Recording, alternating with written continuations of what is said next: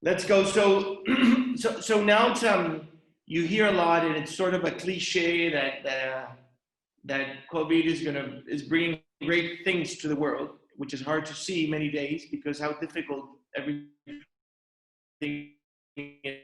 has become. But this is one of those occasions. Having the privilege to talk for a little around an hour with Dame Stephanie, Shirley, or Steve, as you can address her. Those are the options, no more. Is a huge privilege, and we are very grateful, and thank you very much, Yael, for making this happen. Dame Stephanie, she was originally born in Dortmund, in the western side of Germany, and in 1939, her family, they left Germany on the right timing to get out of in those turbulent times, and they traveled through 7 countries before they arrived to the UK, which has become her home. She's actually now based 40 miles from London, and her life has been amazing. She has a book called The Memoirs, Let It Go, Let It Go, and now maybe she'll speak about her new book that's coming up. And the title of this talk is Why Ambitious Women Have Flat Heads, which me and I'm sure everyone is very curious to understand why that's the title. Steve realized how hard it was early on being an ambitious woman in the UK, so she decided then to start her own company in the 60s, a software company that ended up hiring over 8,000 employees. And she's a feminist, and she's an amazing woman and entrepreneur. So again, Steve, thank you so much for being here, and Yael, thank you very much for making this happen. Oh, and a very short note, also she's very into philanthropy, and just for you to know, Steve, the G100 is a group of 100 entrepreneurs that we got together a little over a year ago, and pretty much we're trying to apply philanthropy to entrepreneurship, and working into entrepreneurship focused on the least privileged entrepreneurs in the country. It's a phenomenal group of individuals, and now we're building sort of the premier league of entrepreneurship in Chile, and we're sponsoring and producing tournaments and championships of entrepreneurship to spread out the entrepreneurial gene throughout the country. So with that, I also invite other non-G100s to join this amazing adventure. So with that, I leave you with an amazing host, Yael Szkolnik. Thank you, Yael. Thank you, Nico. Please, if you can, turn on your cameras, and Stephanie or Steve, my very first question, everyone wants to know this thing about the flat heads. I'm curly, but if you touch my head, it's flat as well. I'd love to know why. Well, I think we have both shared some of the things that have made women to have flat heads. Certainly, there is a difference. They're flat at the front from beating our heads against brick walls, and they're flat at the top from being patted patronizingly. And I have had enough of it. Oh, okay.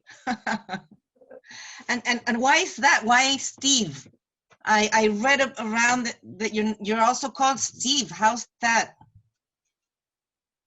When I started in business and was writing sales promotion letters, in a very amateur way, I'm sure, I got absolutely no response. And my dear husband suggested that I use the family nickname of Steve. And so I wrote the same letters to the same sort of prospects, but this time signing as Steve Shirley. And surprise, surprise, I began to get some responses, and then I began to get some meetings, and the work began to come in. It's a nasty comment, really, about how women are belittled and underappreciated, how their comments are, their letters are unanswered, they're in the health point of, in the field of health, for example, women are very often sort of poo-pooed. Oh, you've just got indigestion, when in fact it's a heart attack. Things like that are still very, very frequent in Europe anyway. And I presume it's the same for your entrepreneurs setting up in your wonderful country. It happens, yes. Yes, it does. I don't know if indigestion, but yes, it happens. I've had both.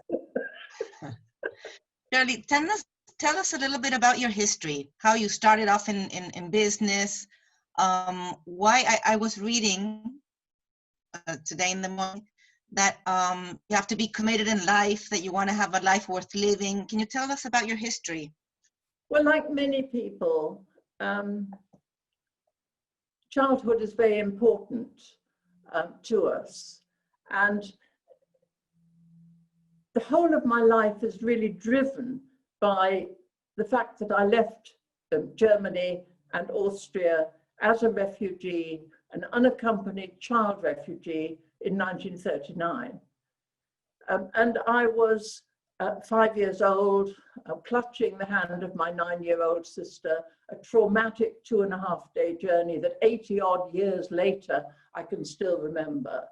So although I remember only the childish things, being frightened of the uniformed guards coming into the general unsettled, or the people weeping and wailing as they saw us off on the train, these were families who had decided to save the lives of their children and take advantage of a concession made by the Nazis that children could come out if our countries would accept them and accept them financially as well. And I was one of a lucky 10,000 such children, mainly Jewish, not all Jewish, who came out to Britain and have made it my home. That has driven me. It drives me, firstly, I can deal with change because I was faced with a new country, a new language, new food, new family. I dealt with that change, and so nothing else happening really phases me compared with that. And that's useful in the digital world. We all we choose people for their ability to cope with change, not necessarily for their inbred knowledge. But secondly, I really had very early in my life this very nasty feeling of a survivor. Why was I saved when 1 million children died at that time? Why me? What did I do to justify this? How can I make life that was saved worth saving? And that's not terribly healthy emotions for a child, but they've stood me in good stead because I find that I have decided to make my life as good as I can and not to fritter my days away. Yes, I like nice clothes and nice food and so on. Actually, I buy modern art, which is probably my extravagance. But generally, I live quite modestly. I want my life to make a difference and to have been worth saving. And I've done that really in an entrepreneurial way. I started a company that was not just another company, it was a first company to do this, an early company to do it. It was a company of women, a company for women, because I was sick and tired of the sexism that I had faced. And I knew that if I could provide an environment where women were really accepted, where we have the flexibility that so many of us ask for, where there was a good work-life balance, I could have a workforce so that if I could find the work for them, I had the makings of a business. But it was set up for social reasons, Yael. It was not really to make money. It took a long time, 25 years before we ever paid a dividend, very slow burn. And today's entrepreneurs, I think, go in a much faster way. I built it up solidly, step by step, year by year. And I didn't have the right sort of training because my generation of women were not trained in commercial skills. Most of us were not able to study science because the only science thought respectable for women was botany, or the study of plants. So we had a difficult start to even get into the computing industry. So I had a wonderful opportunity, which I grabbed, to match this workforce that nobody else was really recruiting from, a workforce of women who had retired from full-time work on marriage or when their children were expected, and had really decided to create a new sort of organization. And that I claim is the beginning of the gig economy, because we had masses and masses of freelancers, we had a few employees, and there was people moved from one to the other. Yes, it was eventually a success. We became into the FTSE 250. Yes, it was a financial success. But what it was really significant about my company was that it addressed this issue of work-life balance and flexibility and brought women into the workforce. And I think in this generation, women are really starting to play a full role in the economy. And I hope I was part of making that happen. So I'm a feminist in deed, but not in word. I never called myself a feminist. Why?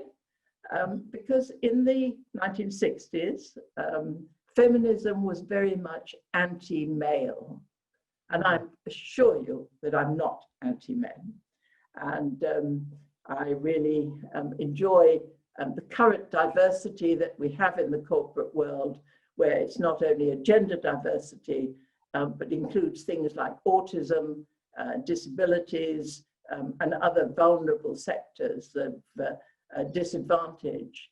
And that bridges nicely to the sort of philanthropic work that I've done entirely since I retired. And continuing with two of the ideas you finished. The first, I heard that when you became a billionaire, you gave away lots of money to the people that worked with you and made them all millionaires. Is that so? Yes, I was able to create 70 millionaires, not billionaires. Wow. And this was because... Can I work for you? Let me just explain a little bit. We worked in teams, we worked from home, we worked in a sort of friendly family sort of environment. I could ask your help without feeling foolish. You could ask my help tomorrow. We worked in that close-knit way, really trying to prove that women could do the big professional jobs. Because the sort of tasks we did were major, using 30 people on a team. Later on, it was more like 130 people on a team. These were big, high-quality jobs against a tight time schedule and budget. And we helped each other all the time. And we had a recession in the 70s, which really... it brought things to a crunch. We nearly went out of business. And it was the freelancers who really kept it going. They put up a facade. They would attend conferences on their own expenses. They would talk about the company. They would bring business in. And they saw us through those very difficult times. Now, after that happened, I sort of thought, well, we've got a bonus system, which had given out bonuses 6 monthly. Not always, but there was generally bonuses. But is that really enough? These are people who behave as partners. They behave as co-owners. And it's right and proper that they should share in the successes, as well as helping the company through the failures. So it's very much a belief of mine that it is right and proper to share wealth, both in a philanthropic sense or the wealth of opportunities and chances. If I can do something for you, I sort of expect you to do something for me, not quid pro quo, but that we all help each other. I still talk in a very old-fashioned way about helping my sisters. I think women across the world, we have, Britain and both Americas actually, have such wealth now, and yet there are parts of the world where women are still not just underdeployed, but they're unfed, they're responsible for everything. They really have not a second-class citizenship, but a third-class citizen. Now, in my 60s, I felt like a second-class citizen. I was allowed to do certain things, but I wasn't allowed legally to do others. I couldn't work on the stock exchange as a woman. I couldn't, as a woman, drive a bus. I wasn't allowed to fly an aeroplane. I couldn't raise a mortgage. I couldn't open a bank account without my husband, a male signature. And that gave me this feeling that I'm sick. I've been patronized as a Jew. I'm not going to be patronized as a woman. I'm going to do something about the women's issues. And I've spent 50 years doing that in different ways. And continuing with that subject precisely, what do you believe is the role of women in business, in entrepreneurship, and society in general? Let me quote the Justice Ginsburg, who, I think her funeral was this morning, who was an enormous feminist. And she said something along the lines of, women should be everywhere where decisions are being made. And that's a good definition. Where, if there are decisions to be made, women should be part of that. And in entrepreneurship, specifically? Well, entrepreneurship needs skill and resilience and contacts and energy and persistence, and none of which are gender-related qualities in any way.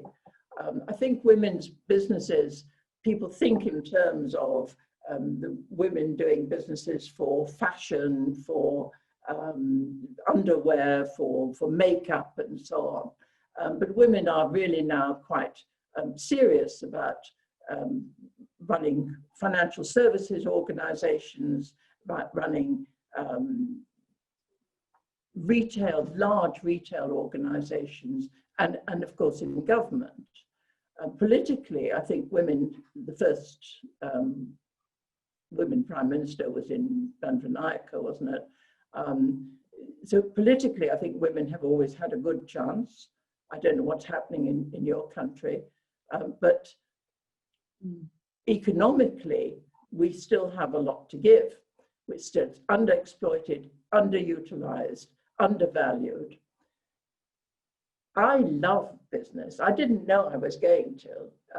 I don't come from a business background. I haven't learned anything at school.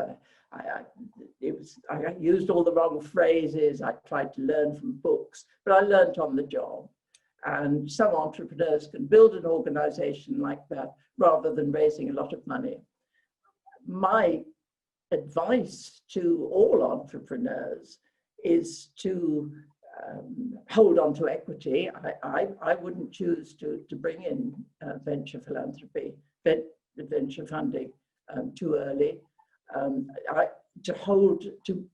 To share with the staff and to do something different, not just more of the same, that's cheaper, faster, better, but something that just disruptive, that is new, that breaks into new ground.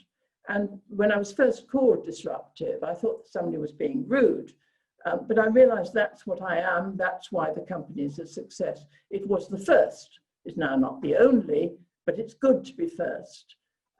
First mover advantages are sometimes exaggerated, but if you're doing something that is special, nobody can do it better than you can. Maria Emilia would like to make a question. Maria Emilia? I think it's Maria Elena, but I can make a question if you want. Okay, I'm sorry, I read wrong. Well, never mind. A bit later. No, Okay, but, Maria Elena wanted to, sorry.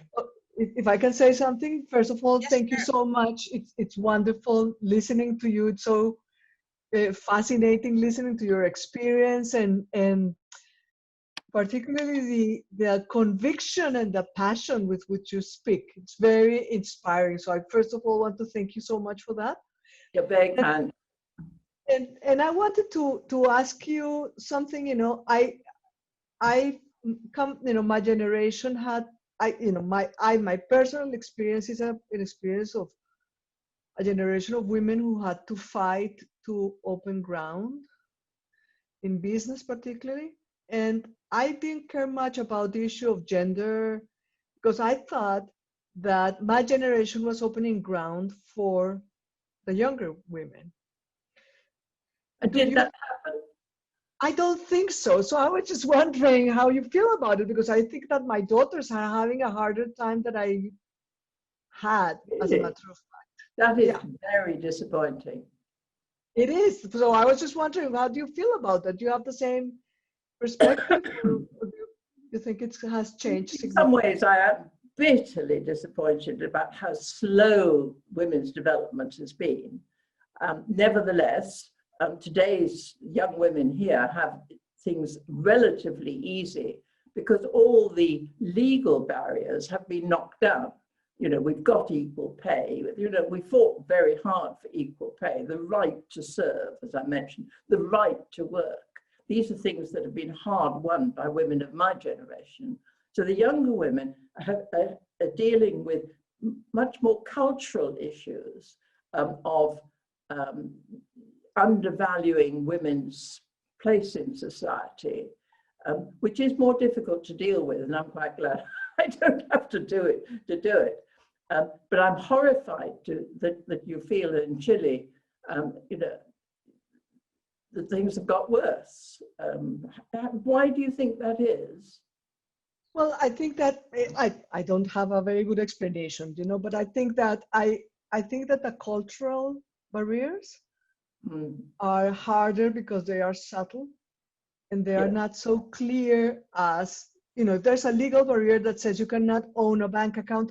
You fight against that. Yeah. You know, you say, I should have the same right, and there's an institutional way to deal with that.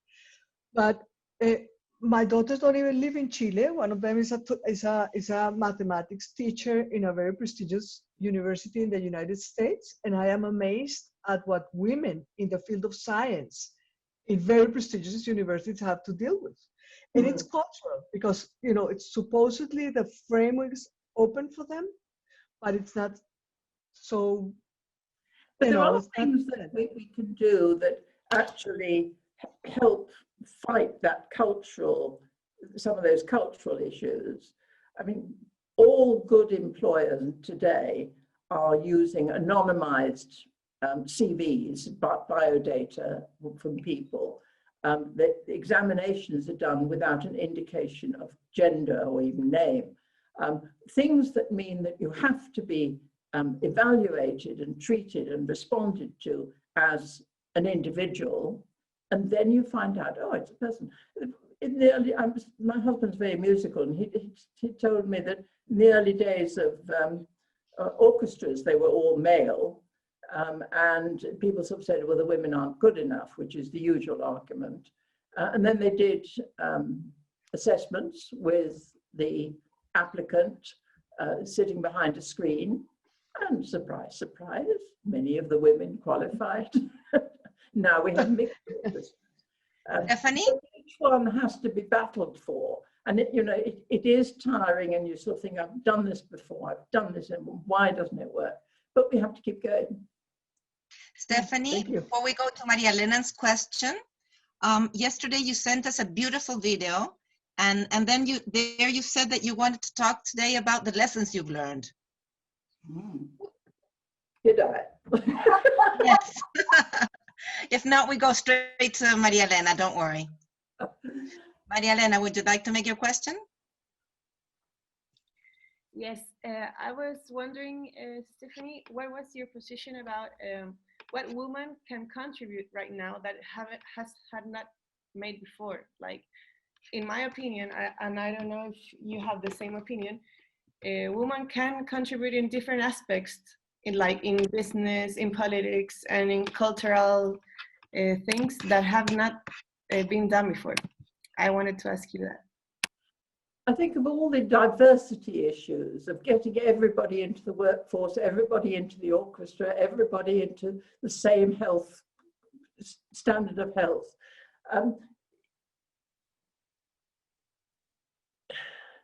How can I put it? Women really have to play a very proactive role. It's no use expecting things to come to you. We have to go out and get them. There are areas in society, for example, in health, where women are achieving in numbers, but not in quality. In other words, at the lower quartile of employment, there are many women doing well, but they somehow never rise up into middle management or finish up running the hospital.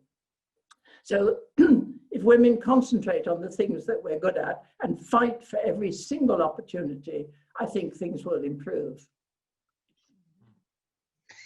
Stephanie, going back to entrepreneurship in general, what were you... I missed your question. Sorry? Your question. No, if we go back to entrepreneurship, yes. What would you tell people that want to become entrepreneurs but are scared of it? Excuse me. In applying for a job, I think one always wants something that is stretching and a little bit scary. And I think if you're thinking of a business, it's probably right to be scared because it is very risky. Most new businesses fail, most new projects fail. And if you go in thinking, well, I'm going to make a fortune very easily, you're bound to be disappointed. But you can really improve the chances of success with following, certain very simple rules. You surround yourself with very good people. If you can't afford to pay them, give them shares. Buy them with shares. I've certainly done that. You train yourself over and over again. You get feedback from your customers. How did I do? Can I do better next time? That sort of feedback. You choose an area where you yourself are competent. You don't have to be brilliant at it, but are competent so you understand the area and get right at the forefront of it and concentrate on the things that you know and care about.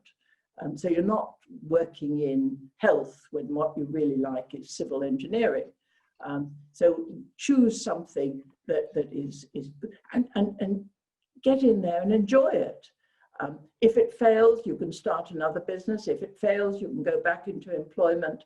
But entrepreneurism is very exciting. It's never boring.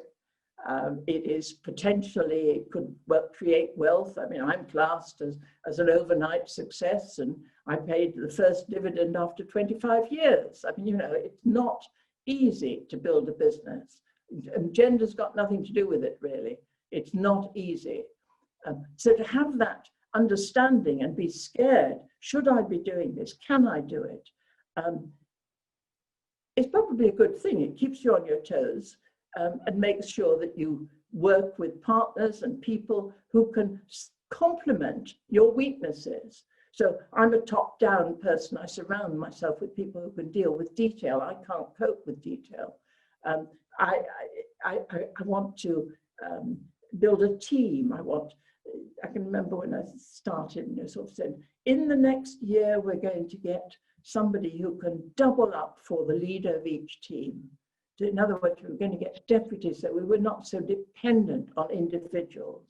And that was the aim for the year. Now that's simple stuff. You don't need an MBA to tell you that that's a sensible strategy. I found that my satisfaction in business comes not only from doing the right thing, and I do try to do that, but getting things well done, making sure that we are doing it better than last year. And that gives a sort of professional satisfaction, that we're learning, that we're contributing, that we're growing. I think of myself a bit as a gardener. I grow people. I'm delighted when they move on to run their own businesses, to set up other organizations. A lot of our people have worked from the company, have also worked for me in the venture philanthropy field, which is where I spent the last 25 years. And that's nice too, and it just shows that we share common values. I noticed when I recruit, it used to be that I would recruit for somebody who knew this particular software development or this particular business sector.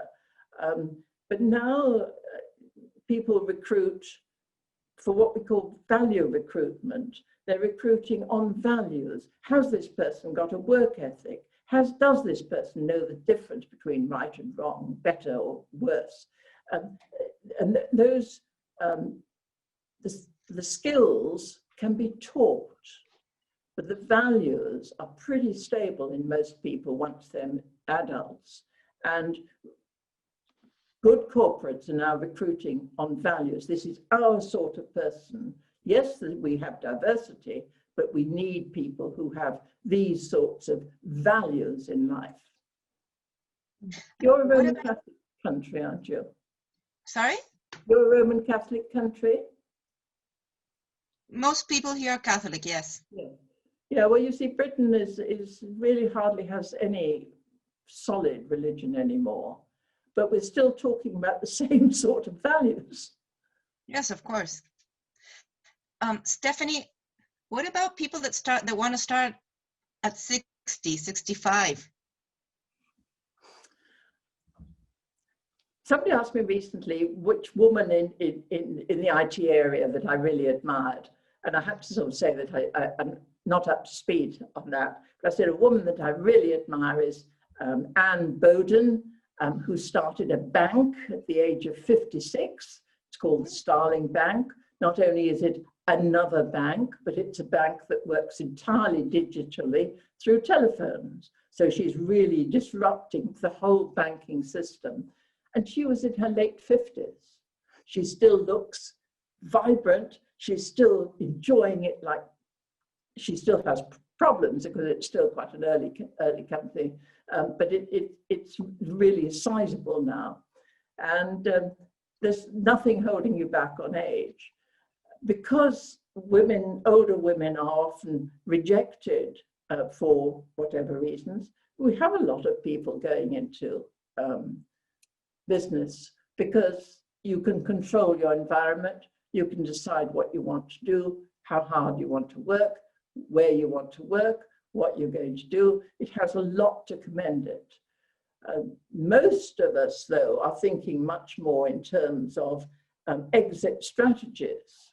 That if you, when I start a major project, which is now in the philanthropic area, I really have to think, what is my exit strategy? I'm 86, it's no use starting a 10-year job. I have to think, where is this going? And so age comes into it.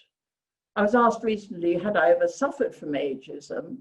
No, maybe I did and I didn't know it. But the only time I was conscious of it was the opposite thing, when I was told I was too young to do a job. I started working at 18, I've had a long life. Stephanie, Nico would like to ask you about venture philanthropy. I was just curious to hear more about venture philanthropy. Why not just philanthropy?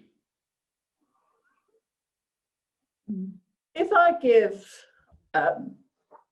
money to a charity, that's a generous act.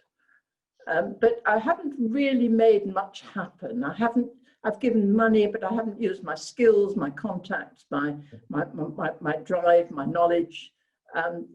Whereas when I look at a problem, once you start thinking, what's the problem here? Could one address the problem? Then you start thinking in terms of projects. I work in the field of autism. So the first autism charity I set up was looking after people outside of hospital who previously had all been in hospital. And I thought, there's a problem, we need to get them out. That's now 20 years ago, and there's still some in hospital, but most of them are out, and I was part of making that happen. Where you set an aim, and what do I have to do? That could be that you support another charity, but probably you're going to have to set up an organization that is precisely for that purpose. And that's very satisfying, because when you have projects like that, when it is investing, social investment, you invest your time and your energy and your contacts as well as your money, then you get a real satisfaction when things start to happen. Does that make sense? Está muteado, Nico. It makes total sense, and I was thinking that pretty much what we're doing, and the G100 itself is a venture philanthropic initiative. It is, yes. Stephanie, let's talk a little bit, because your life, I mean, at least your last 50 years seem incredible. Tell us a little bit about mistakes, what you feel about them. In the business environment, I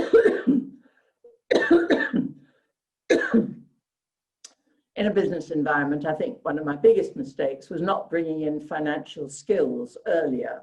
It was 25 years before we had a finance director. We were then employing over 1,000 people. I mean, you know, but we were still doing it in a very amateur way and not using our borrowing capacity. We're not using the strength of the organization.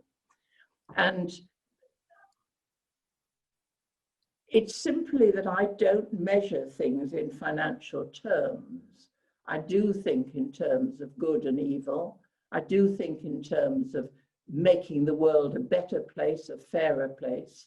That's where I'm prepared to devote my life. And so the money always seemed to be, it followed a successful organization. And I would measure success, when I started at least, entirely in terms of the number of women we employed. And we counted how many unmarried mothers we employed, how many women who were the breadwinners for their family we employed, how many disabled women we employed. And we had a measure of that year on year. Now, when equal opportunities legislation came in Britain in 1975, it had an unexpected consequence that my woman's company had to start employing men. And since then, of course, it's been well balanced between the sexes, which is as it should be. But if you have drive, if you want to make something happen, to sit down and think, what is it I want to do? And I decided in the philanthropic world, I was going to concentrate on the two things that I know and care about. Information technology, my professional discipline, and autism, which was my late son's condition. And it's about 25%, 75% split.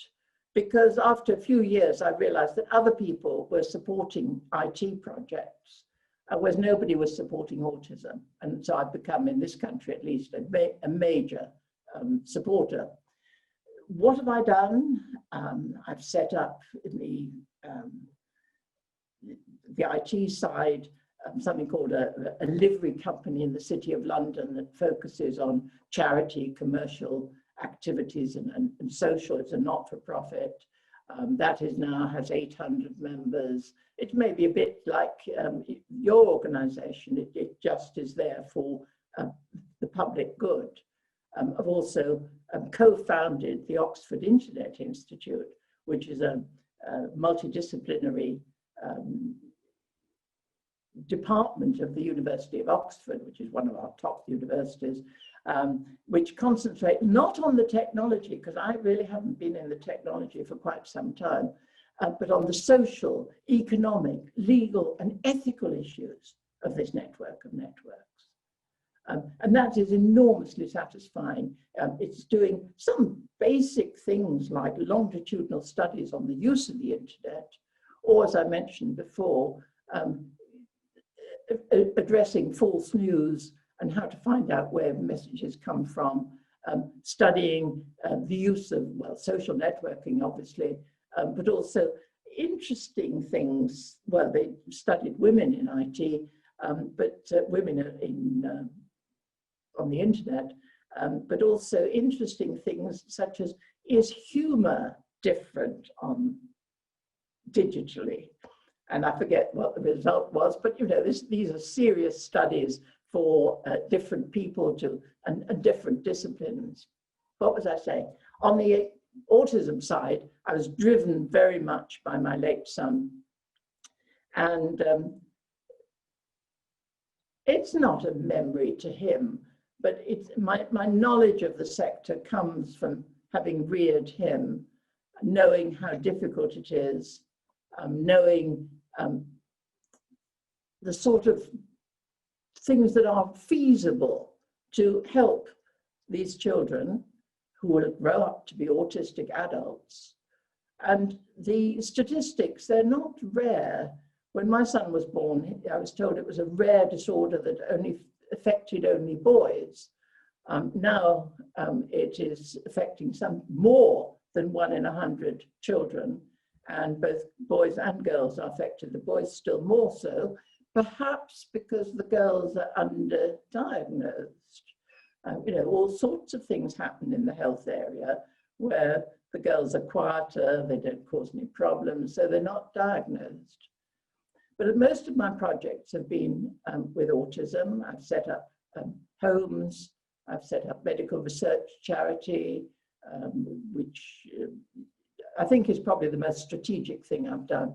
Also set up a lovely school that I'm very happy with, that is the school that I would have liked for my son, who was classed as ineducable. So he came under health rather than education. Nobody thought to educate him. And now I've got a school where 100 children are educated. We're aiming to get them into work, simple work, market gardening, animal husbandry, cleaning the vegetables in the kitchen, but work that, with all that work implies in terms of the pattern of the week, the part of the community, the partnerships with colleagues. And when I go there and see how these very vulnerable children, mostly without speech and epileptic, and they doing so well, I get an enormous sense of satisfaction. So one of the things I feel about venture philanthropy is that it's not me giving, it's a balanced transaction. It's not a financial thing. I do it with love and it really is worthwhile. Beautiful. Stephanie, I don't know if someone would like to ask a question. In the meantime, I'd like you, if you could tell us a little bit about your new book. I know that the first one they're going to make a movie of it, of your history. Well, all that is on the back burner at the moment because nothing is happening in the film industry. It's called Let It Go. There's a pun on IT. We have a very good director. We have shortlists and so on. Where is my book, my lovely book? This one. You're probably the first people outside this office who've ever seen this. An honor. It's will be issued later, not later this month, beginning of next month, beginning of October. It's called Let It Speak. Might as well get the name right. It's a collection, a selection of the speeches that I've given over the years. Now, some of them are about my refugee start. One of them is, at least. Some is about autism. Some is about women. Some is about my company. Very much, I've tried to give a selection so that when I'm talking about philanthropy, I've used one very short speech that I gave in a church, but also another very long one that I gave to a group of people who were wanting to go into philanthropy and wanted to share experience. I have been doing this for a long time, so some of them go back to 40 years. And I was tempted to sort of correct them in the light of my views today, but I left them as they were. And so I've got some things that are in there which will now be considered politically incorrect, but they're also very interesting comments about the early computer industry, where I was using email and what was the other thing? Oh, vision phones, which is Zoom, in 1987, I think. I was using virtual reality in 1997, and all these are recorded when I was first using a robot. And suddenly I'd never really thought how long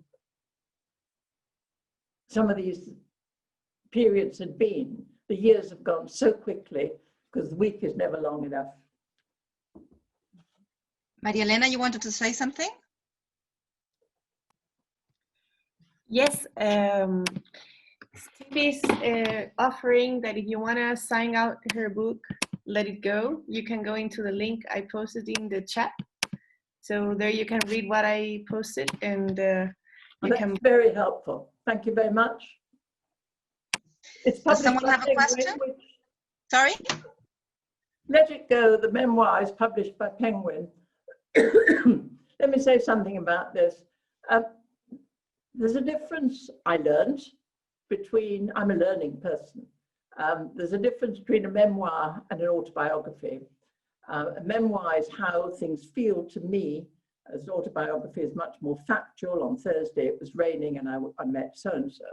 Now, if it wasn't important, it doesn't appear in a memoir.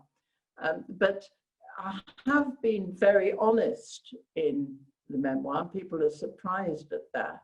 The problems that I had in business, the problems that I had with my mother, the desperation when a valued member of staff set up a breakaway group, which happens to many organizations, and set up in competition, knowing all our secrets, knowing all our proposals that were out with clients. And I felt absolutely, I felt as if I'd been stabbed in the back by a colleague that I thought actually was a friend. My husband was the godfather of her son. You know, it was a close relationship. And I've been pretty honest about that. Been pretty honest about the problems that my marriage had, and tried to be clear about how those problems really have toughened me up. I am now able to deal with things without getting nearly as upset. And my love of people, I think, comes up, and the sheer hard work that you need in business. Beautiful. Does someone have a question? Stephanie or Steve, I just wanted to thank you so much. Maria Emilia, you wanted to say something? No, I just wanted to thank you again. And I was before your speech, I was reading a little bit about your company that was set up for women working from their homes. And I was thinking that in this age, after this pandemic and this social crisis, so many women are out of the job and cannot work, cannot find work because they are taking care of their children or their you know, the grown-ups and so on. So I think that your business model would be absolutely extraordinary, exactly for this point in time. Very, very relevant. You're right. Yes. Yeah. Thank you. Oh, thank you. Nico, you wanted to ask a question? Yeah, I got a question in Spanish from someone that wasn't there to be called out by yet. Well, I haven't given you my Spanish word, have I? Oh, That right. All I managed, and I did try hard, was, wait a minute, what was it? Can you tell me? Just look it up, look it up. Buenos dias. That's much better than our English. Oh, no. So the question is, what's your view? How do you see the future? The world, what's going to happen? What things will change for good, for bad, forever? Which things won't? How do you see the world? Well, I'm a glass half or 3/4 full sort of person, so I'm always positive and seeing the positive side. We are getting something positive out of the current crisis, because a crisis it is. I think for the first time, we know that all over the world, people are suffering in the same way, having similar problems, some closing borders, some opening borders.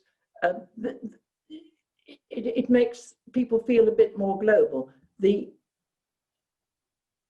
scary thing is, I think the likely death figures in Africa, which really is awful. When it comes to the commercial world, things such as home working, which I've been espousing for 50 years, have suddenly become very important. And people realize that you don't have to be present in an office in order to achieve. And it's moved people to think in terms of work achieved rather than being present between 9 and 5 or whatever it is. So there are good things coming out. The technology has been accepted in a way, in 10 weeks, what is more than has happened in the previous 10 years. And that's lovely, because I enjoy the technology. And there are new things coming out. New people are coming forward because they have a different background. Some of the technologists are beginning to be people in their own right, rather than supporters of managers.